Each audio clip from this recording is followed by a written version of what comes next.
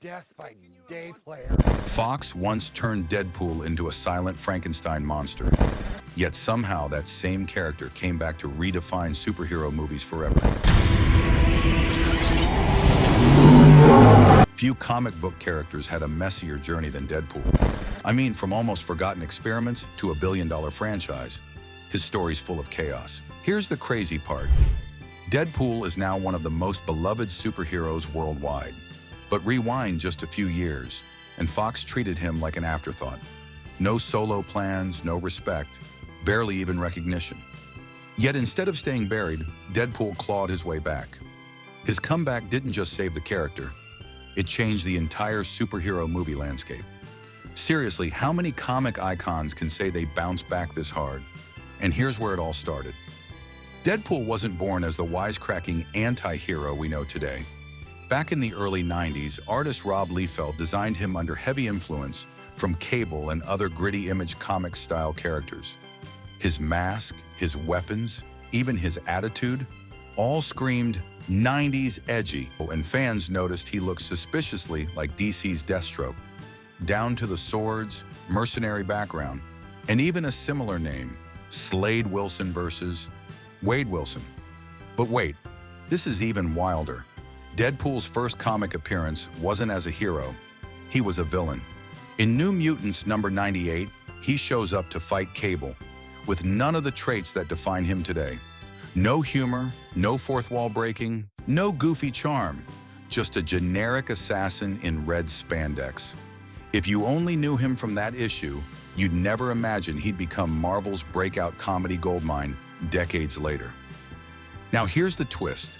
Most characters like that, they vanish. The 90s were packed with forgettable, edgy villains who never got past a few issues. Deadpool was dangerously close to being just another comic relic. But the thing that saved him? His sharp tongue. Even in those early stories, fans noticed his witty remarks and unpredictable personality. That small spark of humor set him apart and kept readers curious. Without it, he probably wouldn't exist today. And this part shocked me the most. Writers realized Deadpool couldn't survive as a flat villain, so Fabian Nicieza gave him a backstory. Suddenly, he's tied to Weapon X, the same program as Wolverine. That instantly made him more relevant. Then came the dark, twisted twist. Deadpool's mind wasn't reliable. His narration was messy, Joker-like, leaving readers questioning what was real. This reinvention turned him from a generic copycat into a fascinating, layered anti-hero. People started calling Deadpool Spider-Man for grown-ups, and honestly, it fit. He had the same quick wit and constant banter, but with way darker humor and violent tendencies. He wasn't saving cats from trees. He was cracking jokes while slicing enemies in half. That mix of comedy and chaos made him stand out, especially at a time when Marvel was struggling to keep readers hooked on their newer characters. Here's where Deadpool truly broke free. Joe Kelly's late 90s run gave us the Deadpool everyone knows. Hallucinations, talking to imaginary friends, and most importantly, breaking the fourth wall. Suddenly, Deadpool wasn't just in a comic. He knew he was in one.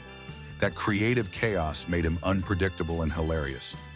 Critics expected the series to flop, but instead it cemented his reputation as Marvel's strangest, funniest anti-hero. And this part feels almost like fate. After Blade, Trinity in 2004, people noticed Ryan Reynolds' character, Hannibal King, acted eerily like Deadpool. Even the comics themselves later joked about Wade Wilson looking like Reynolds. It was as if Deadpool and Ryan were destined to collide. From that moment, Reynolds became obsessed with playing him, calling it the one role he was born to do. Honestly, he wasn't wrong. But here's the catch. Fox didn't care. At that time, they only wanted X-Men and Wolverine. Deadpool? Too risky. An R-rated comic character full of swearing, gore, and weird jokes? Executives thought he'd flop instantly. Compared to their shiny, family-friendly mutants, Deadpool looked like a gamble. So Ryan's dream kept getting pushed aside while Fox milked Wolverine for all he was worth. Little did they know how wrong they were. And then came the train wreck. In X-Men Origins, Wolverine, fans finally saw Ryan Reynolds as Wade Wilson. and for about 5 minutes it worked. He had the banter, the swords, and the attitude. But Fox couldn't leave it alone. By the end, they turned him into Weapon 11, with sewn-shut lips, laser eyes, and random powers. Basically, everything Deadpool was not. Fans were furious. It was like they murdered the character on screen. Eyes, and the sad part? This wasn't even shocking. Fox had a long record of wrecking Marvel characters. They refused Wolverine's iconic yellow suit, shoved the X-Men into boring leather costumes, and even turned Mystique into a team leader. Deadpool's mutilation was just another entry on their list. Instead of trusting what worked in comics, they twisted everything into something unrecognizable. For fans, it felt like Fox never respected the source at all. After that disaster, Deadpool's reputation was trashed. Fans didn't want to see him again, and Fox shoved the character into a drawer. Ryan Reynolds had gone from being the perfect casting to starring in one of the most hated comic book adaptations ever. For years, it seemed like Deadpool was dead and buried. No spin-offs, no plans, nothing. His fall from potential icon to Hollywood joke was complete. This comic flipped everything. Deadpool slaughtered every Marvel hero and villain brutally. It wasn't mainstream, but it became a cult hit. Fans loved the chaos, and it reignited interest in the character. Suddenly, people remembered Deadpool wasn't dead. He was just waiting for revenge. High Moon Studios released a Deadpool game that nailed the humor, fourth wall breaks, and cameos. For fans, it felt like playing the comics. But weak gameplay and Marvel's licensing mess hurt its success. Still, it proved one thing. Deadpool's voice and personality worked beyond just print. Hey everyone, big fan of Spider-Man. Stop it. Okay. Deadpool even invaded kids' TV. In Ultimate Spider-Man 2013, he appeared in one episode full of jokes, fourth wall chaos, and reckless violence toned down for Disney X. D fans adored it, critics praised it, and it showed studios that Deadpool could appeal to both casual viewers and longtime comic fans. Reynolds never gave up. With director Tim Miller and the Zombieland writers, they pitched Fox a faithful R-rated Deadpool film, but executives panicked. R ratings scared them. Green Lantern had flopped, and they doubted Deadpool's appeal. The project stalled for years, gathering dust, while Reynolds quietly waited for his chance. Then came the legendary leak, CGI test footage of Reynolds as Deadpool hit the internet, likely leaked by Reynolds himself. Fans went insane demanding the movie. The response was overwhelming. Fox had no choice but to greenlight it. The internet had basically bullied Hollywood into making Deadpool real. This guy's got the right idea. He wore the brown pants. Made on just $58 million, the movie stayed shockingly loyal to the comics. Animated eyes, constant banter, graphic violence, and insane fourth wall breaks. It felt fresh and fearless. Against all odds, Deadpool smashed expectations, grossing $782 million worldwide. The unfilmable anti-hero became the highest-grossing R-rated movie in history. Deadpool's success didn't just win fans, it changed the industry. Suddenly, studios realized darker, R-rated, meta superhero stories could work. Without Deadpool, projects like The Boys, Umbrella Academy, and Doom Patrol might have never gotten greenlit. He proved audiences were craving something messier, bloodier, and way less predictable.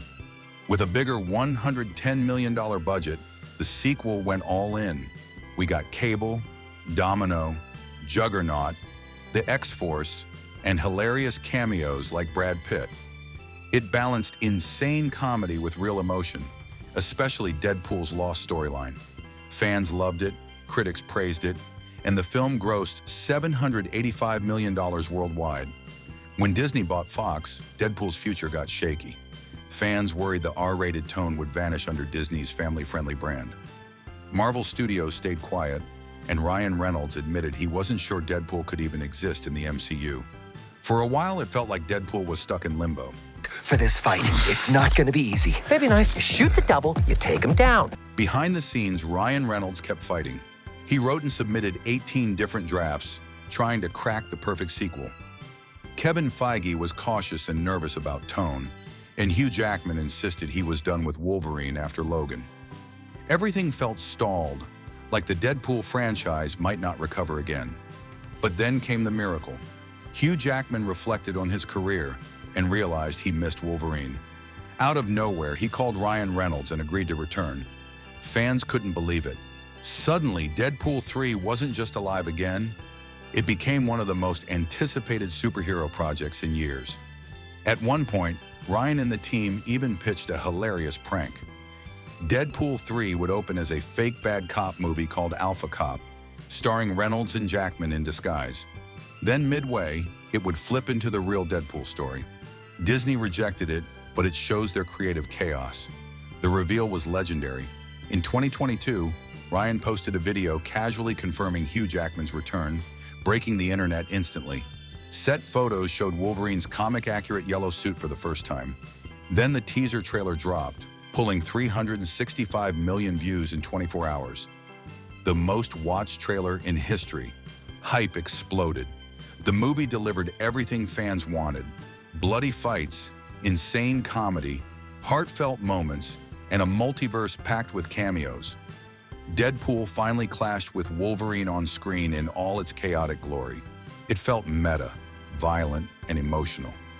The perfect resurrection. After years of setbacks, Deadpool's rise was finally complete. Deadpool went from a butchered experiment to one of the biggest superhero icons. All because Ryan Reynolds and fans refused to let him die. But here's the real question. With Disney now in charge, will Deadpool keep his R-rated edge or get tamed by the MCU machine? Like, share, subscribe,